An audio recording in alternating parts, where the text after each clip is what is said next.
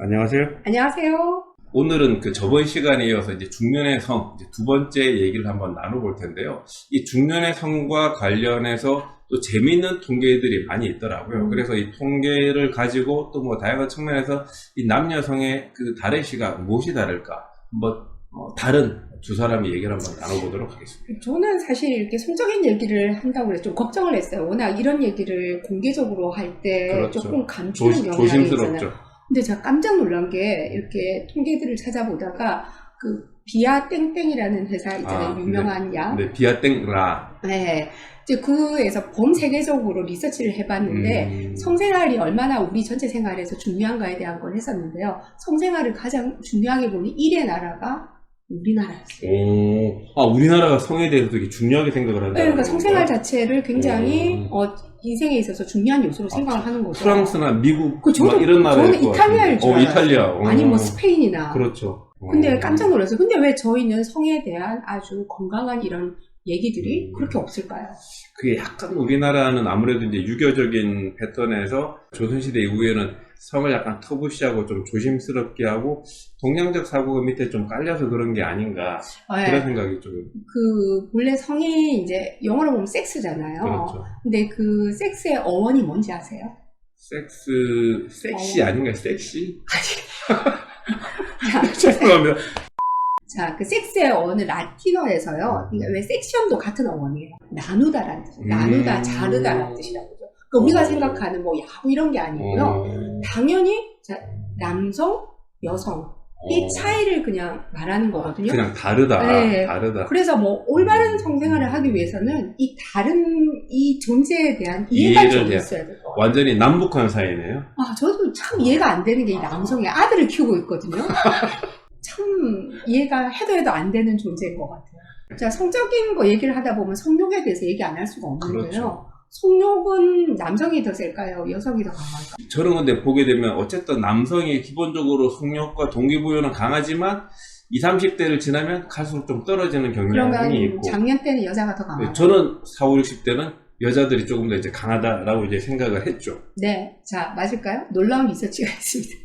청년들에서 당연히 남성이 세요.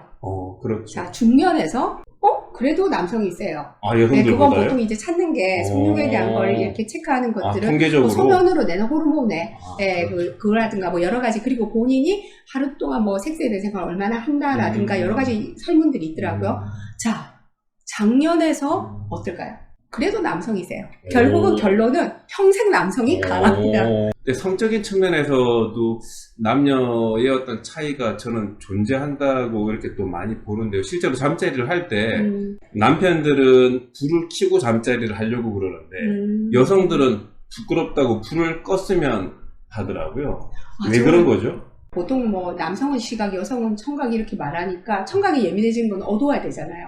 사실은 좀 부끄러운 것도 있겠죠. 그러니까 본인의 몸에, 특히 중년의 여성들은 몸에 대한 자신감이 떨어지게 되는 것도 어느 정도는 있을 것 같아요. 그러니까 그런 것 때문에 그럴 수 있고요. 제가 질문 하나 드려볼게요.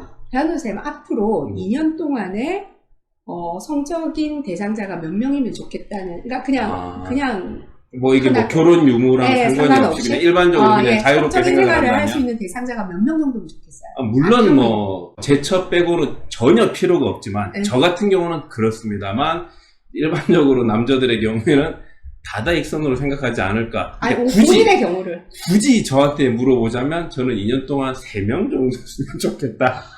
제가 실제 통계가 있어요. 그것도요? 제가 보고 너무 이 남성들에 대해서 참 이해를 다시 해야 되겠다고 느낀 게, 여성은 향후 2년 동안의 성적인 상대가 한 명이 제일 많아요. 한 명? 당연하죠. 왜냐하면 여성들이? 여성은 사랑에 대해서 제 주변에 그 물러난 여성들은 다 어디 가고 통계에서 다 빠지고. 아니라니까요. 평균적으로 한 명이에요. 근데 남성은요 8명. 평균이구나. 평균이야. 그래서 너무 놀랐던 게, 아니 어떻게 3년? 2년? 향후 2년 동안 2년 동안 8명. 야. 네. 아니 저는 그런데 거꾸로 어떻게 여자가 한 명밖에. 예를 들면 그 통계 선상에서 어떤 것까지 나와 있었냐면, 여자들은 평생에서 성적인 관계를 가지는 사람이 평균적으로 한 3.7명 정도 좋겠다고 한대요. 뭐 연애를 할 수도 있지만 너무 많이 하고 싶어 하진 않는 거죠. 그런데 남성의 경우에는 평생에 몇 명일 것 같으세요? 평생에 2년 동안 8이면 20년 하면 80명? 84명. 와. 아니야, 64명. 아, 64명? 근데 84명이나 64명이나. 그게 그거죠. 네, 64명. 그러니까 여성들은 2년간 1명, 평생 동안 3.4명. 남자들이 또 60명이 넘는다는 것도 되게 또 놀랍게도. 아니, 그 편에서 다다익선이라고 얘기하셨잖아요. 다다익선이라고 그래도 70명. 어떤 게 있어요? 남성들은 왜 그래요? 아니, 일반적으로 이제 저를 비롯해서 이제 남자들 같은 경우에는 양육을 책임지는 게 아니고, 그러니까 남자들은 잠자리만 생각을 하니까 어떤 잠자리의 어떤 완벽성, 행위 이후에 그 여성들과의 어떤 납보 관계를 신경 안 쓴다 그러면 뭐 많을수록 좋다라고 생각할 수 있을 것 같거든요.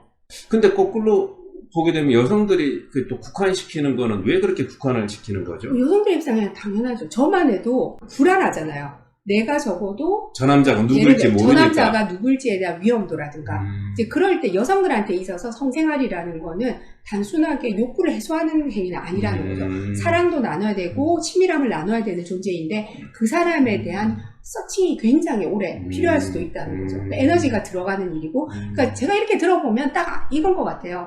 여성은 좀 질적인 개인적으로는 양적인 거 좋아하시는 거죠? 개인적으로는 그럼 본인 통계는 혹시 60명 아닌가? 여성은 질적인 쪽에 집중해야 돼. 이 남자들은 무조건 양적인. 그래서 저는 개인적으로 질적인 걸 좋아하는 남자. 저는 아들도 키우고 딸도 키우고 있는데 제가 무슨 생각이 드냐면, 아들한테는 무조건 양적인 걸 경계하는 교육을 어느 정도는 해야 될 것 같고, 이제 딸에 대해서도 이제 걱정이 되는 너무 거거든요. 또 질적인 측면을. 아니요, 그거 질적인 건 가야죠. 근데 이제 양적인 남자를 조심해야죠. 거꾸로 양적인 남자를 조심해라. 네, 남자들의 그런 성향을 젊은 아이들은 모르죠. 그렇죠. 그러니까 그걸 뭐 이제 생물학적으로도 이해를 할 수 있어야 되고 하는데 쉽지 않으니까 다 자기 마음 같은 줄 알죠.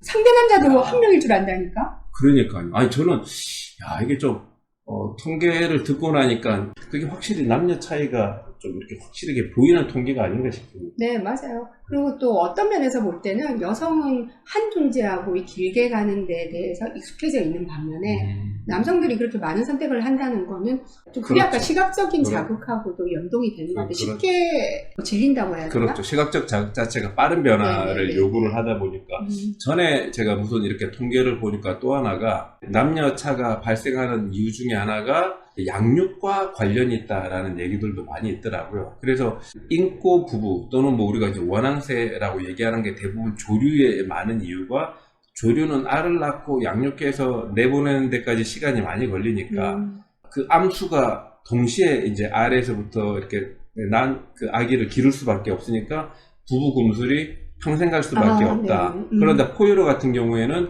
주로 암컷이 기르고 수컷은 돌아다니잖아요. 그래서 포유류의 특징은 양육을 주로 암컷이 책임지고 수컷은 그냥 씨만 뿌리면 되니까 그 포유류의 남성도 또 다양한 파트너를 찾는 게 아닌가라고 합리화를 한번 시켜봅니다. 뭐 합리화 같고요.